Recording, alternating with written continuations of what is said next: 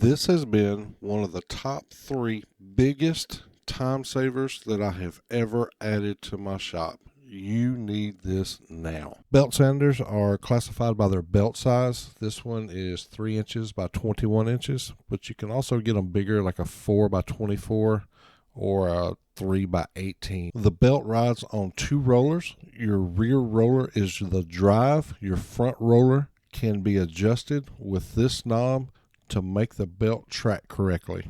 To remove the belt, just flip up this little lever and slide the belt off. Pay attention to the arrows in your belt because most belts are one directional. However, you can get a bi-directional belt, but they're typically more expensive. The belt goes back on just as easily, and it will auto adjust as long as you have the tracking set correctly. The speed is adjustable.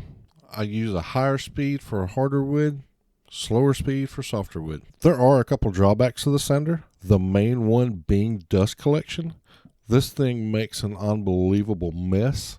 It comes with this little bag, but it's just not enough. Make sure you always wear a mask when using this. Also, belt sanders are notorious for eating their own cords. Using this on hardwood such as this red oak is pretty simple, but sanding a softer wood like this pine takes a little more finesse.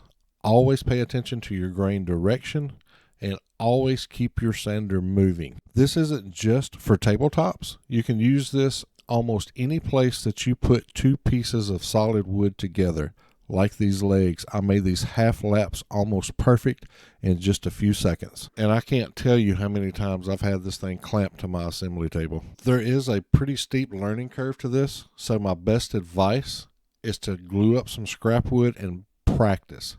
Because the first time I used this, I destroyed a 6-foot by 3-foot herringbone tabletop. So don't do that.